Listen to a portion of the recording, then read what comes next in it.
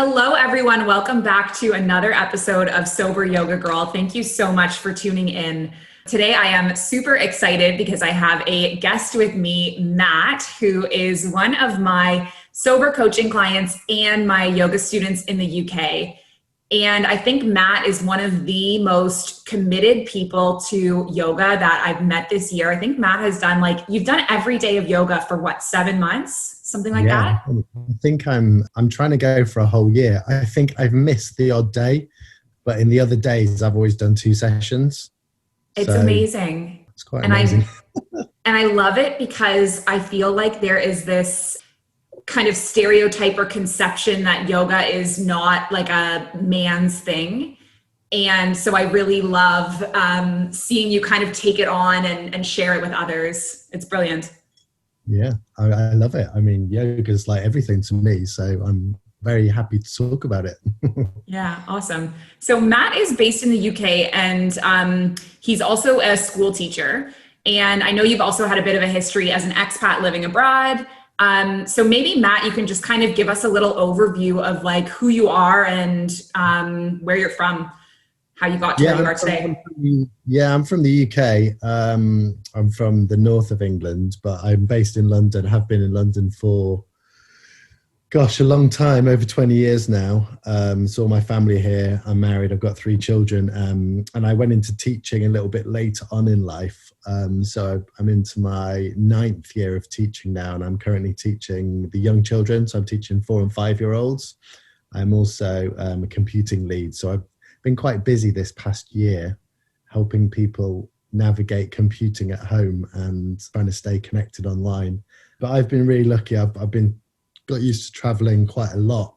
In my previous job, I worked for computing companies and got to travel around the world. I worked for airlines quite a lot. So I got to live abroad. I lived in Hong Kong before. I've lived in Mexico for a year at a time. So yeah, it's I've had an adventurous life living away, and now I'm quite settled in London. So yeah. Cool. And tell me a bit about when you started drinking and what kind of influenced your drinking habits. Yeah, I mean, I've been thinking about this a lot actually lately, and I'm currently going through a whole year of not drinking and possibly forever, to be honest with you. But, you know, I'm 45 years old now, and I remember starting drinking when I was 16. When I was younger, I was always quite short. So I probably would have gone to the pub sooner if I could have got in, I'll be honest with you. I remember vividly times trying to go out and trying to get in bars and clubs and being turned away because I was too short. I didn't look old enough. And it was just something you got into. I mean, I grew up playing football. That was everything to me. I played football until I left home at 18. And it's just a cultural thing that you just end up going out to the pub and having a drink. That's what your mates started talking about. I remember going to watch a football game at Wembley Stadium, which is one of the most famous stadiums in the world, a school trip. And we all met up around a friend's house first, have some cans of beer. That's just what you did. And you thought you did it to have fun. I remember eventually when I did get to go out, I remember like hiding being out from my mum. I didn't have a dad growing up. I just had my mum, and sort of sneaking back in the house, and how ridiculous that seems now because she obviously would have known I was sneaking in like drunk. I also remember like going to work. I had a Saturday job in a supermarket, going to work and feeling hungover for the first time and what that felt like, and actually being sick on the bus going to work. And it was just so normal. It was normalized. It's just what you ended up doing as a kid, as a boy or a girl, actually. Yeah. So I've got some quite vivid memories of it. And that's going back 30 years. Yeah. So. You know, that's the most interesting thing. I remember when I moved to the Middle East, just finding it so fascinating that there are like other cultures around the world where that's not normal. Like it's not normal for local people here in the Middle East to be raised around drinking the way that we were, or to be, you know, my uncle said yesterday, it's like a rite of passage going to the pub when you're a teenager in Canada or probably in the UK. And it's just so fascinating because prior to that, I just found it so weird when I got to Kuwait. And so it's just really interesting when you pinpoint, that's a cultural thing that we were raised in. Yeah, and it is, and you fight to do it. That's the weird thing. I mean, I remember this. I got my driver's license when I was 17, and I got it really quickly when I was 17. So you could, in the UK, everyone can drive when they're 17, and I passed really quickly. And the driving licenses then, this was 93. There were no photos on them. They were like old typed licenses. And I remember trying to fake that license. It's so funny. I remember we had a typewriter, right? We didn't have computers in the house then. You had these little WordPress things, but my sister had a typewriter, and I remember her typing up my history project at school, and I tried to use that typewriter to fake my own ID, and it's so laughable, isn't it? It sounds ridiculous. And I remember getting Tipex and I was like, this is ridiculous. But actually in the UK you could drink really easily if you looked old enough. I mean, there was a pub in Lincoln where I'm from where you could just go there, and most of the drinkers were underage. And actually on my 18th birthday I went to a pub that I'd finally got served in, and they asked me for ID on my 18th birthday. It's absolutely true. The first time I got asked ID in the pub I'd ended up going to, they didn't ask me until my birthday, which just made me laugh. Yeah. So they're funny stories, really. I sort of look back on them fondly in a way, but it's quite sad, really, that there wasn't an alternative. Yeah, I had a fake ID too, actually, and I remember having it and getting it before I even started drinking. It was an ID that someone gave to me, and I didn't even really know what the point of it was. I just thought it was cool that I had it. And then when I did realize, this can get me alcohol, and it really just made me really cool. Like, people wanted to invite me to parties because I had a way to get alcohol, and I kind of started seeing it as almost like a currency. Yeah, I mean, I don't know what the age limit is in Canada. I mean, I remember going to the US when I was 20. Is it 21 in Canada? It's 19 in Ontario. Okay. So in the US, it used to be different states. And I remember when I lived in Mexico, and I was 20 by then. I thought I knew everything by the time I was 20. I was living in Mexico, and I did this amazing trip where I went all the way from the eastern coast of Mexico, all the way through America, across the border. I got a visa. I had my passport. And I got to America, and in most states I couldn't drink. I found it hilarious. They were so tight on it. Yeah. And then I got to, I went all the way up to Michigan, and they came all the way back down, and I got to Louisiana. And I thought you were able to drink there. I was excited about it because it used to be 18 and it wasn't. It was 21. So I was on Bourbon Street, and I couldn't drink. It was so frustrating. I was like, I've been drinking years, so it was strange, but that's a bad thing, actually, to make the age limit higher. I don't think it's a good thing, because everyone was drinking in the States when they were a kid. Everyone had fake IDs. My friend in Michigan gave me his driving license. He thought I looked enough like him, and I used it to get in bars in Michigan. Yeah. It's so interesting because, you see it done in different ways. Like in the UK, the age is 16, and in the States it's 21. And in Canada it was 19. And I don't know whether or not, we all still ended up with this drinking culture. So maybe it's a cultural shift that needs to happen more so than an actual kind of legal rule. The age limit in England is 18, but it's interesting. When you think you're 16, 15, 16, that's when it starts. Wow. That's the kind of agreed age. I mean, 18 is the legal age, but... Yeah. There you go. I thought it was much younger, because I always associated... when I was 16, I went to Italy, and I was drinking at that age. Is the age 16 in Italy, or was I just... I think in Europe, in certain parts of Europe, I think it's just accepted, but then there's not such a problem, because they just drink in their families, and it's kind of a sort of a more of an allowed thing. Right. It's complicated in each European country. I would say in Spain, it's different, to France, where there's a wine culture in France where people will drink with their families, and it's more sort of acceptable. And maybe the problem in the UK is people go out to get blind drunk, to have fun. That's what they think. Yeah, absolutely. Okay, so how did your drinking escalate over time from when you began until the time you stopped?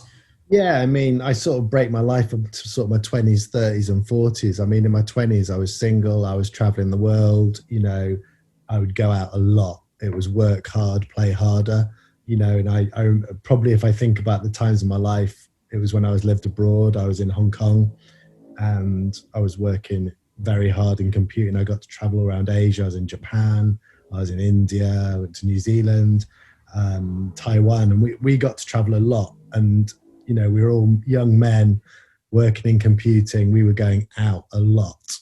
I remember going out in Hong Kong. I probably weighed about another stone less than I do now. And I've lost a lot of weight not drinking in the last sort of year. But I would go out every night in Hong Kong, at least go to the hotel bar. And we were away from the center. And some nights we'd go out into town and not get back home till 3, 4 in the morning, then go to work at 8 in the morning. And I was still probably drunk at work. But you got through it. People would have hangovers at sort of lunchtime. And it was just so normal, all these guys working abroad. That was when I hit a sort of a peak of going out, but not sort of as a necessity, just as in I needed alcohol. I was sort of alcoholic. I don't really know what that means, but we were just doing it a lot. And then I came back home, get into my late 20s, early 30s, meet my wife, start having children. And then alcohol is more of a sort of a regular thing. I was still working in computing at that time. I would have a drink most nights. I like wine. I used to like wine. It just became something to sort of numb things a bit. It's hard having young children. So in my 30s, my daughters were all quite young. Then I went into teaching, mid 30s, late 30s, and met a great bunch of people at work. I work at a brilliant school, made some great friends. And it sort of shifted to knowing women more in teaching, I would say. I was with the guys in computing. I was actually brought up by women, not having a dad growing up. I had 2 sisters, my mum, then being surrounded by girls at home, girls at school. But there was still this culture of going out to the pub on a Friday night. But what changed was I'd be going out to the pub about 5 after school. And by 8, I'd be drunk. I'd really gone for it. Gone home where my family just got back from gymnastics, because all my girls do gymnastics. That's the story of the last 5 or 6 years. And I'd be like the drunk dad at home, and they'd all been out to gymnastics, even my wife, and, having a takeaway, just sort of setting that routine, trying not to drink during the week, but sort of succumbing to a couple of glasses of wine every now and again. Well, most days, and then more at the weekend. A few beers, some wine, feeling groggy, the cycle repeats. And that's what it was like until last May, really, when sort of COVID struck. And that was kind of the cycle I was in. So different periods of time, really. Yeah. If that makes sense. Yeah, absolutely. I have a question for you. You mentioned the kind of the expat drinking culture. And I myself, I've been an expat for 6 years, and I find that the drinking amongst expats is it's such an integral part of the culture. And I was wondering, why do you think it's such a big part of expat life? Yeah, I mean, I suppose I knew I did see people who'd moved out to places, and Hong Kong's a good example of that. And I knew a group more that was we were based somewhere for a long time, but it's a similar thing. These are people who are away from home, getting together and sort of reliving what their life is at home, and thinking that it's drinking, and that to have fun, you need to drink. And, just an excess, really. And maybe to make you happier because you're away from what you know. I don't know. Yeah. Could be something to do with it. Yeah, it's a tricky one. I would say when I lived in Mexico, I knew people who had moved out there, and they'd gone out there for various reasons. I think you have to look at the reasons why people are out there. I'm kind of fudging this answer a bit because I'm not 100% sure about it. I just know that we felt like we had to drink. Yeah. To sort of survive, to have fun. That's what you did. That's how you socialized with people. Yeah, I completely agree. I wonder too if it's in the expat situations, it's you don't know anyone, you're trying to make friends, and a lot of bonding as an adult revolves around drinking, It's a confidence thing. It's, it's like meeting people. It's like, I'll buy you a beer. Where are you from? Oh, no, I'm from there. I come from that part of the country, and yeah, it gives you confidence. We thought, but does it really? And I think when you're younger, it feels like it's something you should do. And what I found when I worked abroad is everyone seemed to be older than me. So to Yeah. sort of fit in, that's what you did. There are guys who already married, already had kids, and you sort of kept up with them, Right. and I trained myself to be a good drinker. That's the sad thing living abroad. I got better at it. I'm someone who can handle their drink. I was, it's kind of like a badge, isn't it, of honor almost. Yeah. So what was it like when you finally decided to stop? What made you want to stop? I mean, I'm quite a decisive person, Alex. So when I decided to do it, I was pretty determined. It's like when I decided to become a teacher, I sort of think about that. I just thought I'm going to do it. And I decided to stop drinking. And it was last May. The day was May the 25th. And I was watching a couple of programs on TV. And one of them was about former England football players. And these are like old school footballers who played for the soccer team. And their lifestyle in the 80s was you played, but you drank. And it's not like that now. Professional sport is not like that. But professional sport, and these guys were quite well paid, was like that. You had a lot of time on your hands and you went out and you drank. And there was some of these footballers who got together on this TV program. It's called Harry's Heroes. There was a team, an old team of 40 and 50-year-olds who got together and went on tour to rekindle past glories and have a laugh. And, a lot of them still drank. And one particular player is called Neil Ruddock. He was a very well-known footballer, big defender, good player, not the best, but he got to a high level. He looked awful. He weighed over 20 stone. He was only like 52, 53 and looked terrible. And he obviously had a real problem. And his wife came out on the tour with them and she was like, oh yeah, he's got a terrible problem. And she was drinking with him. And then there was another former football player called Paul Merson who had given up drinking and he was into gambling and all sorts. And he was totally sober and he just broke down in tears at his mate who he knew and how awful he'd let his life get. And so that struck a chord in me. And then the same day, I'd watched another program about a comedian called Tony Slattery, who was a very well-known comedian in the UK in the 80s and early 90s. He was very funny. He was on TV programs. He was an actor. And there was a newspaper article written about him because everyone was like, what happened to this guy? And he totally disappeared in 1995 and no one knew where he was. And this program was about finding him again. And what had happened was he just suffered massively with mental illness. And the program was about finding out whether he had bipolar or not. And, what was his mental illness? And all through the program, it became quite obvious that he drank quite heavily.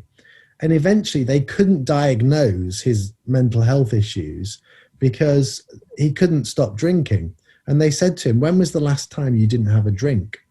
And the camera just sat on this guy and he just couldn't answer it because it was so long ago.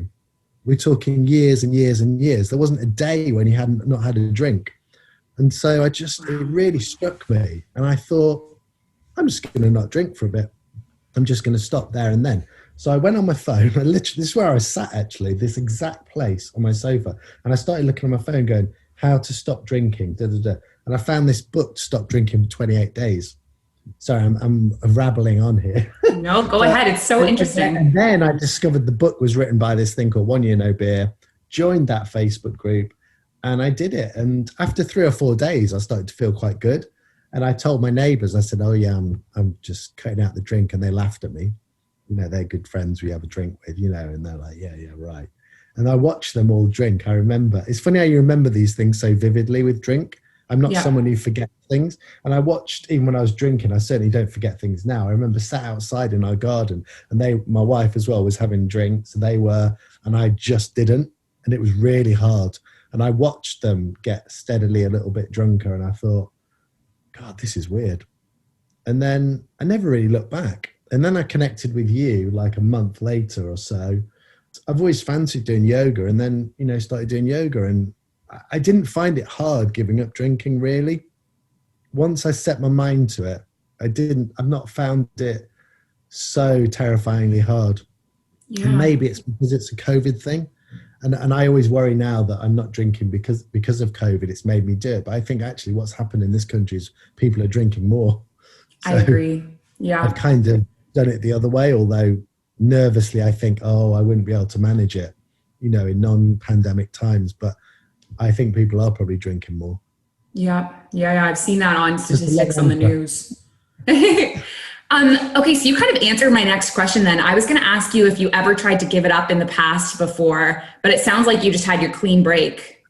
Yeah, I didn't. I've done like the odd. I've tried to do dry January before, and I think I got to 21 days and just like, this is terrible. I don't like this. What am I doing this for? I remember that. I remember saying that to people, going, oh, I remember saying I'm no quitter to people. Which is funny. I just remember someone saying that to me once about smoking. I used to smoke cigarettes a long time ago. Not many, but I did occasionally. And I met someone once and I said, do you still smoke cigarettes? She said, yeah, I'm no quitter. And I used to say that about alcohol. So no, I've not really tried. Yeah. There was the one, once I'd done a month, it was the longest I'd ever done in nearly 30 years, you know. But I started feeling really good, started feeling great. Yeah. Yeah. I think you and I share that personality trait in common. Like I didn't have a lot of start and stops. Like I didn't have any blips at all. I just decided I'm done and that's it. But I think it's the stubbornness in me. It's like I'm never going to say that I'm actually quitting until I am 100% quitting. So there were probably years that I thought about it, but I just never wanted to be, I never wanted to go back on my word. Yeah. I mean, I worry that, a lot of stories you read, it's like you have to do this a few times. I didn't worry about it, but I suppose everyone's different. People have tried, they've done 100 days and they fell off the wagon or whatever and then do it again. I don't ever think I'll be like that. I'm not that sort of person. I just do it. I'm Yeah. very decisive about certain things. I'm not decisive about putting a shelf together or something. I hate doing stuff like that, but becoming a teacher, giving up drinking, funnily enough, I can't quit biting my nails, bizarrely. But something quite serious in your life, I'll just do it. And actually I'm thinking now, if I ever did have the odd drink, I would never be like weeks and weeks. I can't see it. It's Yeah. just not going to happen. So what were the main benefits that you have found since you've gone alcohol free? Yeah, my heart rate dropped a lot. Certainly a good 10%, maybe 15%, like my resting Wow. heart rate. It was over 70 and it's sort of about 61, 62. And that's a big drop. And I was quite physically fit. I used to done triathlons before, and I'd done Joe Wick's HIIT program before, body coach stuff. But there was always the payoff was the drink, less dehydrated, better sleep, less time in bed, better quality sleep. I've got a Fitbit, so I get a sleep score. And sometimes my sleep scores aren't great, but I'm getting up early. I mean, the biggest thing is I get up early. I mean, I'm doing yoga at 6 a.m. I know it's At amazing. one point I was doing it twice a week. I've tailed off a lit, but even now I get up at 5:45 because the time's changed. Although I did do some Kundalini at 6 o'clock in the last couple of weeks as well. I get up early on the weekend. I feel sad if I'm lying in bed and it's gone 8. Yeah. In fact, today I don't feel 100% because I got up at 8 o'clock. That's quite late. But I looked at my sleep score and it made me happy. So those are the really big changes. My skin is better. People say my skin is better. I actually feel I don't look my age. I do feel that actually increasingly, which is nice. And actually, I don't think I act my age anyway. When you work with young children, you know this. I think time stops and you stay a kid forever. So it's a good workspace to be in. And it's made me do more exercise. It's made me walk more. There's so many benefits, Alex. I mean, I can't, you know them. I would say the sleep and having that time to myself. When I get up early, I sit, I go for a walk. It's been harder in the winter and it's dark, but I go out walking, I meditate more. Um, I look forward to yoga so much. You know, that probably leads you on to your next question. Yes, yeah. My next question is, what are the main strategies that have helped you when you've gone alcohol free? Yeah, I think connecting with people, has been really great. Those one-to-one connections, those a lot of people you meet, and actually meeting a lot of people, but a lot of women are more likely to talk about it than men, interestingly. But that might just be me, that I'm drawn towards that because I'm just used to that from my own life, which is surrounded by women at home and when I was growing up. But in terms of strategies, what was the question? Strategies for like staying sober or? Yeah. Yeah. I mean, what I like to do is plan the exercise things I'm going to do. Yeah. So I really like planning when I'm going to do the yoga. I like booking it up. I like to do that. And actually, some of them are quite cliche. It's like, when you read about the sort of quit lit books, have something else to do. And I used to read it sort of early on, think, instead of going for a drink, do a meditation or something like that. But it's true, it really works. I look forward to doing yoga of an evening. I do this brilliant like yin yoga every Saturday at 4:00. I really look forward to it. So look forward to it. The same as I used to look forward to having a drink. So it's those things to look forward to, Yeah. really, really help. And they do work. And I've discovered that I really like alcohol-free beer, or I did early on. I don't drink as much of it now. I probably only have one or two. And I just laugh at myself now because alcohol-free beer is so good that you don't need to have normal beer, like the taste. And I drink some other drinks as well because there's no good alcohol-free wine. So you need those little treats. Those kind of help you along the way. I eat a little bit more chocolate than I used to.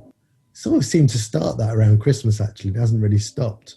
But I don't feel that bad for it because my calories and everything is okay. And it's like, but I've given up sugar in my tea and coffee. I've got this sweetener thing and stuff. So there's little things you sort of picking away, lots of little things along the way to keep you going. But it's quite a subconscious level sometimes. It's not really, it's just sort of natural now. My life's quite natural flow of what happens. It's not, leading to the inevitable 5:00. What am I going to drink? When am I going to drink?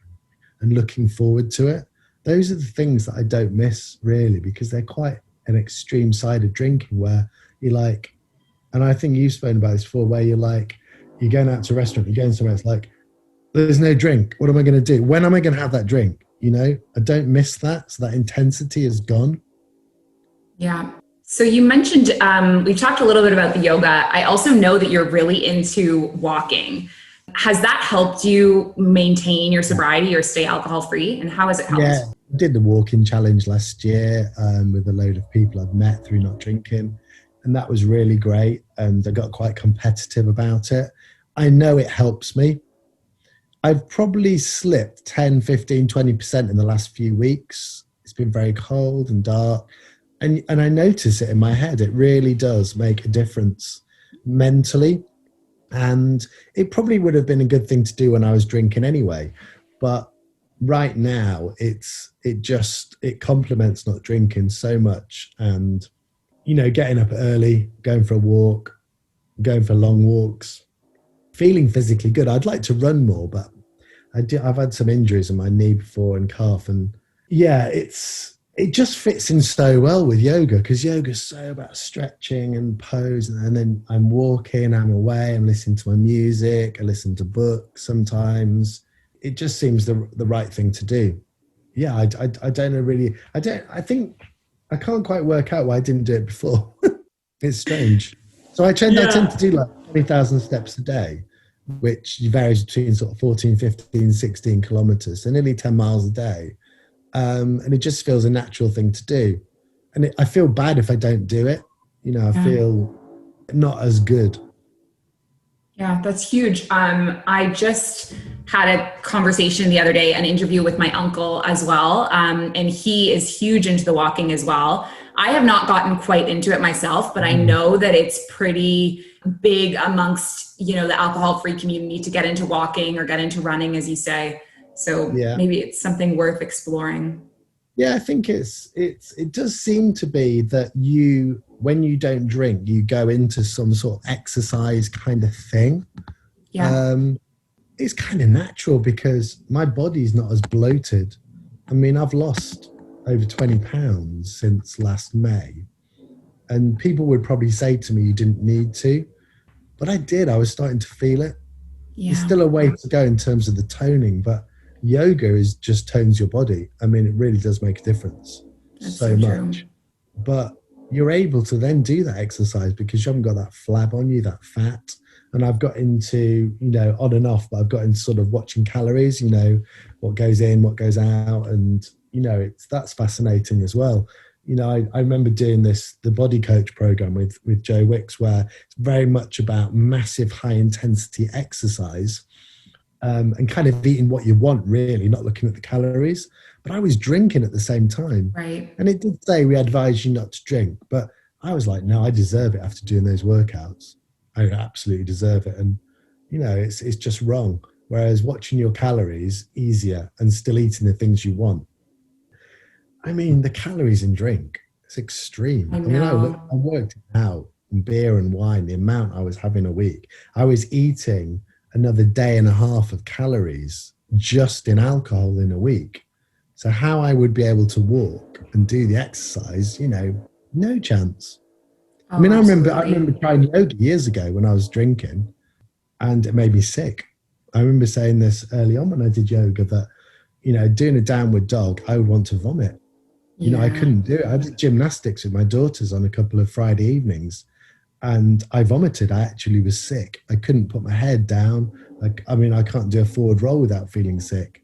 I still have, no, I do suffer from motion sickness, but it's, 70, 80% better from not drinking. Wow. That's It's huge. quite, oh, it's a massive change. Like the stuff I can do in yoga now, it's stuff of dreams, really, because it really is that the change is amazing. The stuff I can do. When I was doing a crow pose the other day and held it comfortably, and actually I was doing it properly for the first time. I listened to the instructor instead of trying to do what I thought it was, and it was really quite easy. Yeah. And I can't believe I can do that because that would have made me vomit. Yeah. I mean, that's the ridiculous thing about it.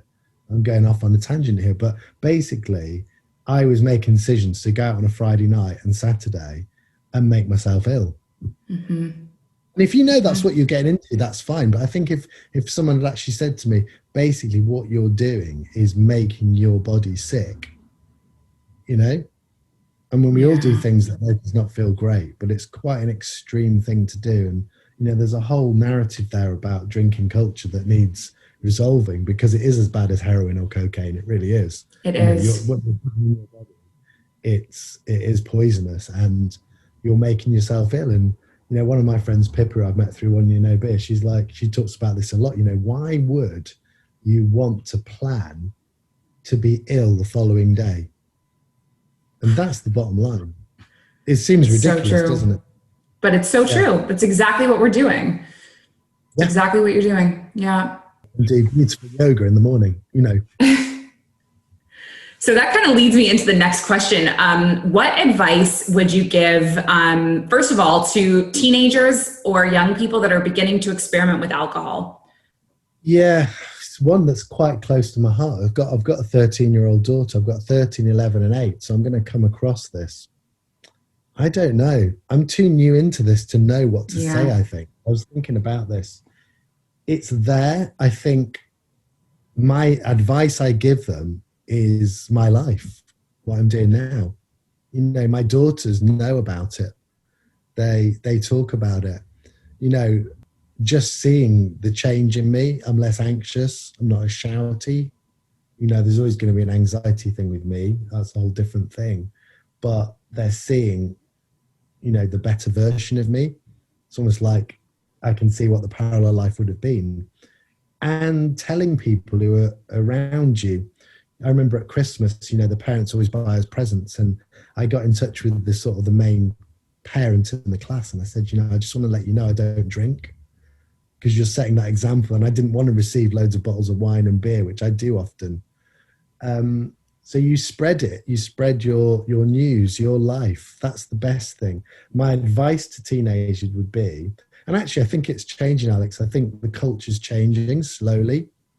You know, where I live now in London, I'm lucky that our life doesn't seem to be about teenagers going out and getting plastered in the pub. It's not that sort of environment.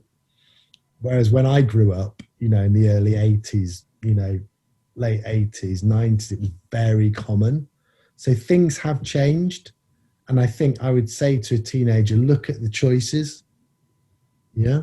And my own daughters do a lot of sport, and they will know, you know, sports science, you know, it talks about these things. So I think we're in a different position. And you can show them things. You can show them the devastating impact of it. You know, you can show them what it will do to you if you do drink. Whereas, you know, 30 years ago, that there wasn't a YouTube. There wasn't things you could look up easily.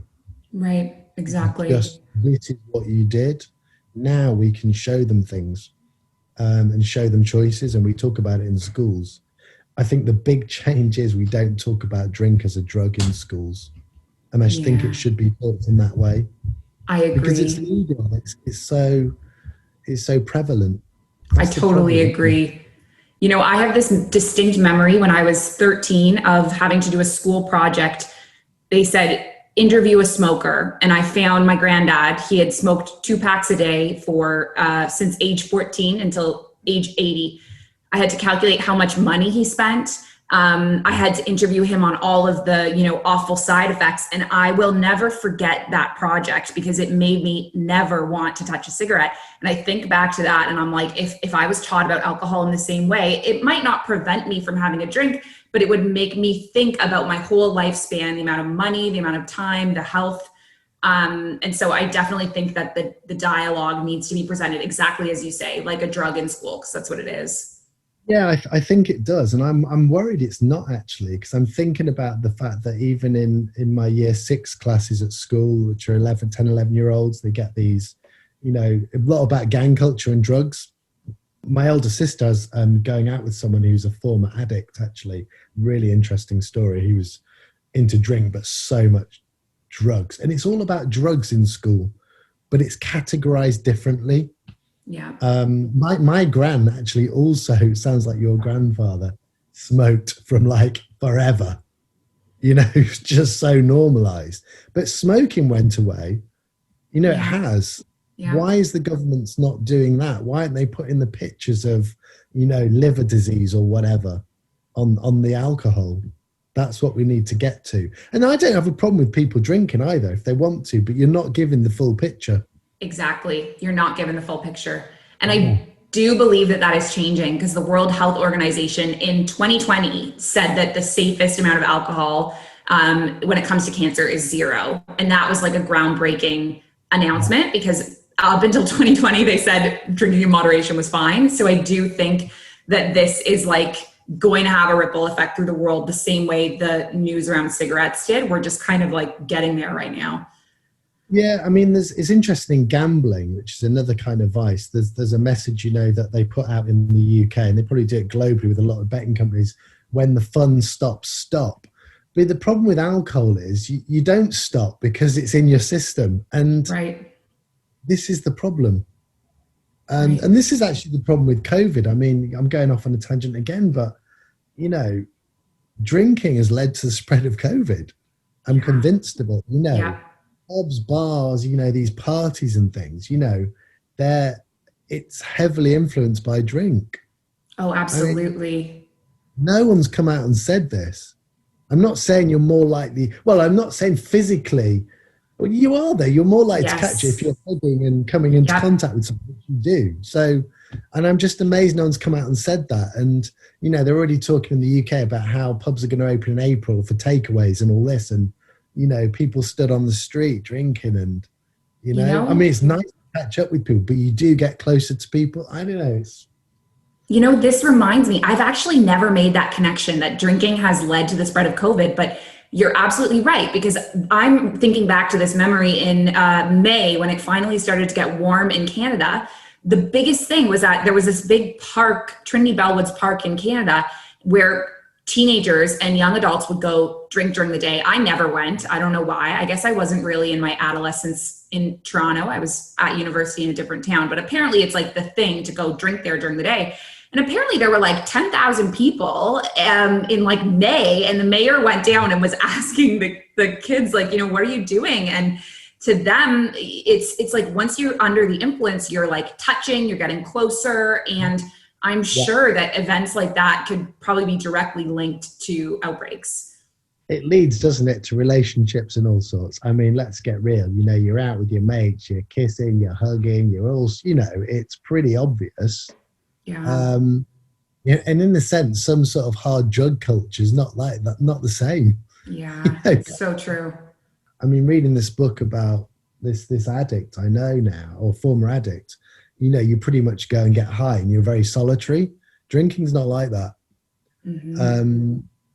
And your body's not as healthy. I mean, one of my friends who I met through drinking ended up in hospital with COVID. I just spoke to her the other day, and she said she was on a recovery ward, and the doctor said to her, you know, because of your clean living health style, you're getting over this. Wow. That's what I feel like. I feel like if I got COVID now, I would be in a really good position to tackle it. Yeah. In fact, I had flu 9 years ago in my first year at teaching, and I was dying. And I went to the doctor, and she said, you do feel like you're dying, don't you?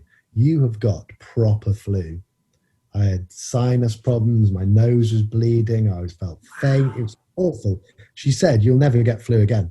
She said, your body is, you know, but drinking is not going to help you. It's not going to keep your immune system good. So, you know, I just wish they'd come out and tell people that. Yeah. Instead, the news, the press is, you know, pints of beer getting wasted, you know, barrels of beer being thrown away and all sorts, you know. Yeah. Strange message, I think. Yeah, I completely agree. All right, I'm wondering, what advice would you give to someone who wants to stop drinking? Read about it, read the health benefits, really question why you want to do it, and also question how long you want to do it for. And I think the biggest thing is, for me, it's, are you seriously thinking about, you know, you're depriving yourself of it, or are you looking to sort of advance your life? Because I think this is the problem with dry January. And I've seen a lot of people going, oh my God, it's 30 days. I'm finally going to drink gin tomorrow. You know, you've built up this sort of tension about it. You know, you need to think why you're doing it. What's it for? What do you hope to gain from it? And yeah, read. I mean, join groups. For me, if I look back, I would have said to myself, do something like yoga alongside it, because it's complemented it. For me, the yoga journey is as big as the not drinking journey. And it is unusual for a guy to do it, for sure, but just seems to be. But do something alongside it. In fact, it's probably overtaken not drinking, I would say, as being the big life change, honestly. It's huge. Well, thank you so much, Matt, for joining me today, for your time. This has been such an awesome interview. And if you listeners, if you join a Mindful Life practice class, I am sure that you're going to meet Matt. And he also can be found on TikTok. He has a great TikTok account posting about yoga and sobriety. So yeah, little plug there. Thank you so much, Matt. Thank you very much. Thank you. Bye.